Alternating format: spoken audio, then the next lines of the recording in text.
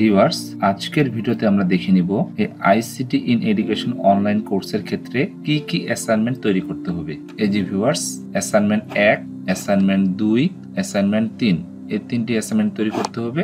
তো ভিউয়ার্স, আমরা এই অ্যাসাইনমেন্টগুলোর বিস্তারিত জেনে নিব। দেখুন কি বলেছে। অ্যাসাইনমেন্ট 1, সাব মডিউল 2.2 থেকে 2.7 থেকে অর্জিত দক্ষতা ব্যবহার করে প্রয়োজনীয় সংখ্যক স্লাইড দিয়ে একটি প্রেজেন্টেশন তৈরি করা এবং নির্ধারিত স্থানে আপলোড করা। এই যে ভিউয়ার্স, লক্ষ্য করুন এখানে 2.2 থেকে 2.7 পর্যন্ত কি রয়েছে আমরা জেনে নিই। 2.2 টেক্সট বক্সে লেখা অনুশীলন ও টেক্সট কাস্টমাইজেশন। 2.2 বাংলা লেখা অনুশীলন ইউনিকোড। 2.4 শেপের ব্যবহার, ইনসার্ট ও এডিটিং। 2.5 টেবিল এর ব্যবহার, ইনসার্ট ও এডিটিং। 2.6 স্মার্ট আর্ট এর ব্যবহার, ইনসার্ট ও এডিটিং। 2.7 অ্যানিমেশন এর ব্যবহার। এবারে ভিউয়ার্স, এখানে লক্ষ্য করুন অ্যাসাইনমেন্ট 1-এ 4টি স্লাইড তৈরি করতে হবে মোট। প্রথম স্লাইডে কি বলেছে, 2টি টেক্সট বক্স নিয়ে একটিতে বাংলায় ও একটিতে ইংরেজিতে নিজের নাম, পদবি, বিদ্যালয়ের নাম এবং ঠিকানা লিখুন। ভিউয়ার্স, প্রথম স্লাইডটা এতটুকুই। এবারে দ্বিতীয় স্লাইডে আমরা যাই। একটি শেপ এনে প্রথম বা দ্বিতীয় শ্রেণীর বাংলা বই থেকে যে কোনো কবিতার 2 লাইন লিখুন। শেপের কালার, বর্ডার এবং ইফেক্ট পরিবর্তন করুন। দ্বিতীয় স্লাইডে এতটুকু ভিউয়ার্স। এবারে তৃতীয় স্লাইড দেখি আমরা। তৃতীয় শ্রেণীর বাংলাদেশ ও বিশ্ব পরিচয় পাঠ্য বই থেকে যে কোনো একটি টেবিল তৈরি করুন এবং টেবিলের ডিজাইন কাস্টমাইজ করুন। এবারে চতুর্থ স্লাইড। তৃতীয় শ্রেণীর বিজ্ঞান পাঠ্য বই থেকে যে কোনো একটি বিষয়বস্তু উপস্থাপনের জন্য শেপ এনে স্মার্ট আর্ট ব্যবহার করে অ্যানিমেশন দিন। ভিউয়ার্স, অ্যাসাইনমেন্ট 1 এই 4টি স্লাইড যেগুলো লেখা আছে সেভাবে করতে হবে।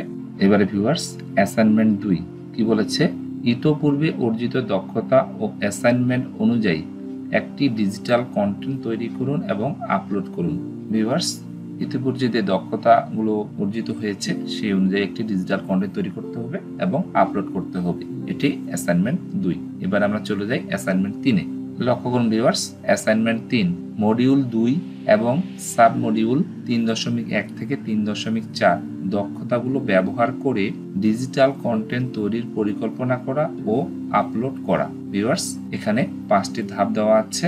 তার আগে ভিউয়ার্স, 3.1 থেকে 3.4 সাব মডিউলে কি কি রয়েছে আমরা একটু দেখে নিই। এই যে ভিউয়ার্স, 3.1 রয়েছে ইন্টারনেট থেকে ছবি ডাউনলোড, স্লাইডে ইনসার্ট এবং এডিটিং। 3.2 ইন্টারনেট থেকে ভিডিও ডাউনলোড, স্লাইডে ইনসার্ট এবং এডিটিং। আর 3.3 ডিজিটাল কন্টেন্ট তৈরির পরিকল্পনা। আর 3.4 ডিজিটাল কন্টেন্ট তৈরির বিবেচ্য বিষয়সমূহ। তো ভিউয়ার্স, এই ধাপগুলো আমরা জেনে নিই। এই যে দেখুন, প্রথম ধাপ, প্রথম থেকে 5ম শ্রেণীর পাঠ্য বইয়ের যে কোনো বিষয় বিবেচনা করে একটি পাঠ নিয়ে ডিজিটাল কন্টেন্ট তৈরির পরিকল্পনা করুন। এরপরে ধাপ 2, প্রেজেন্টেশনের প্রস্তুতি পর্বে স্বাগতম, শুভেচ্ছা, শিক্ষক পরিচিতি, পাঠ পরিচিতি, শিক্ষণফল, শ্রেণী উপযোগী পরিবেশ তৈরির জন্য স্লাইড বিন্যাস লিখুন। এরপরে তৃতীয় ধাপ, উপস্থাপন অংশে চিত্র বা image, video, table, shape, smart art ইত্যাদি ব্যবহার করে স্লাইড বিন্যাস লিখুন। এরপরে চতুর্থ ধাপ, কোন কোন ক্ষেত্রে অ্যানিমেশন ব্যবহার করা হবে তা চিহ্নিত করতে হবে।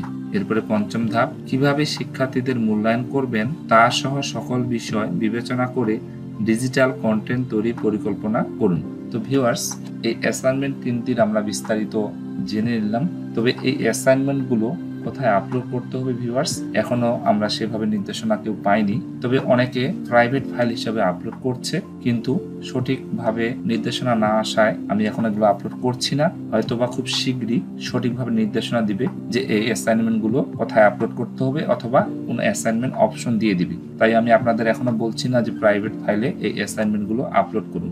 আপাতত আপনারা এই নিয়ম অনুযায়ী অ্যাসাইনমেন্টগুলো তৈরি করে রাখুন। পরবর্তীতে যখন অ্যাসাইনমেন্টগুলো আপলোড করতে হবে বা কোথায় আপলোড করতে হবে এরকম সুনির্দিষ্ট নির্দেশনা দিবে, অবশ্যই আমার কাছে ভিডিও আপনারা পাবেন। আজকের ভিডিও এ পর্যন্তই। আপনারা ভালো থাকবেন। আল্লাহ হাফেজ।